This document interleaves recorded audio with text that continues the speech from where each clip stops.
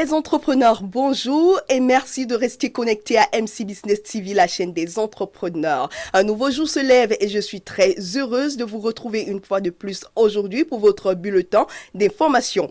Une jeune Ivoirienne de la vingtaine débute son activité avec 30 000 francs CFA comme capital et aujourd'hui, elle est en passe d'ouvrir sa 6e boutique dans 5 pays en moins d'une année. Sally Ouattara, jeune entrepreneur ivoirienne, s'est lancée dans la confection et la vente des pagnes locaux avec un budget de 30 000 francs CFA. De la couture sur mesure, elle passe à la confection des prêt-à-porter en 2017 exclusivement à Abidjan en Côte d'Ivoire. Aujourd'hui, elle poursuit l'aventure en ouvrant des boutiques à Bamako au Mali, à Brazzaville au Congo, à Ouagadougou au Burkina Faso et à Dakar au Sénégal, ce en une seule année. Au Sénégal, une entreprise a décidé de faire du secteur de l'archivage son domaine de prédilection. Il s'agit de la société de l'archivage physique et de dématérialisation lancée par Fall Sona Fatou, une jeune ingénieure documentaliste qui s'est spécialisée en technologie de l'information et en droits de l'homme. Ce désir ardent de démocratiser le secteur de l'archivage au Sénégal lui aura permis de lancer sa propre entreprise afin de permettre à ce secteur d'émerger dans son pays.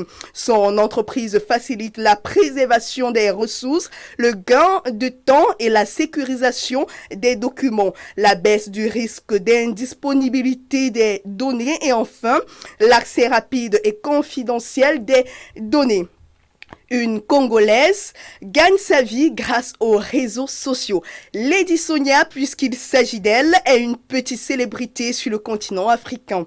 Les vidéos que cette Congolaise poste sur YouTube, sur Facebook, sur Instagram totalisent des millions de vues et invitent à l'épanouissement. Créatrice de LEI, un programme payant d'épanouissement en 90 jours et diplômée d'un master en ingénierie commerciale, Lady Sonia a développé son activité grâce aux plateformes sociales. Aujourd'hui, elle gagne largement sa vie et est porteuse de la grande marque intitulée Lady Sonia. Du côté du Bénin, c'est Fanès Dekbe qui crée son entreprise d'une rare originalité. Jeune entrepreneur doté d'une licence en création et reprise d'entreprise, Fanès conçoit des meubles d'une rare originalité à l'aide de palettes en bois.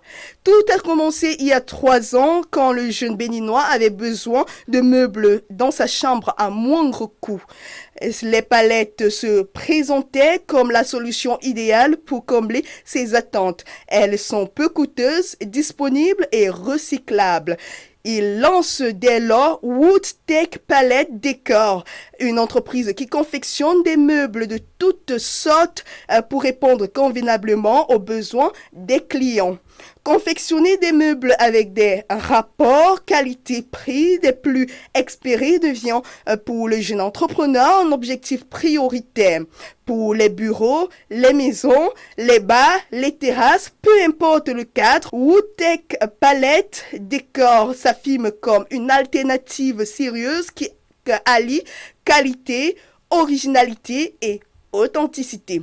Pour terminer, lutte contre le Covid-19. Une start-up de Martinique imprime des visières 3D. En pleine épidémie du Covid-19 et face au manque de masques de protection, William Caster et son ami se sont lancés dans la production des visières. Très légères, à peine 16 grammes, elle est destinée au personnel soignant afin de les protéger de toute projection lors des consultations. Je vous suggère de regarder cette vidéo pour plus de détails.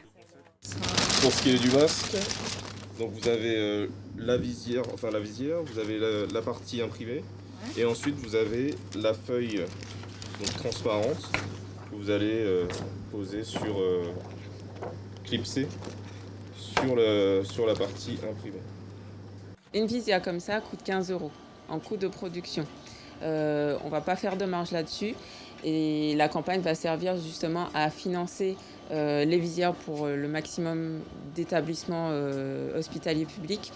Il manque cruellement de moyens et on a cette possibilité de leur en fournir localement rapidement Et c'est pour ça qu'on a fait appel à un peu tout le monde pour ces contributions. Mesdames et messieurs, merci de nous avoir regardés. C'est la fin de votre bulletin d'information. On se retrouvera demain.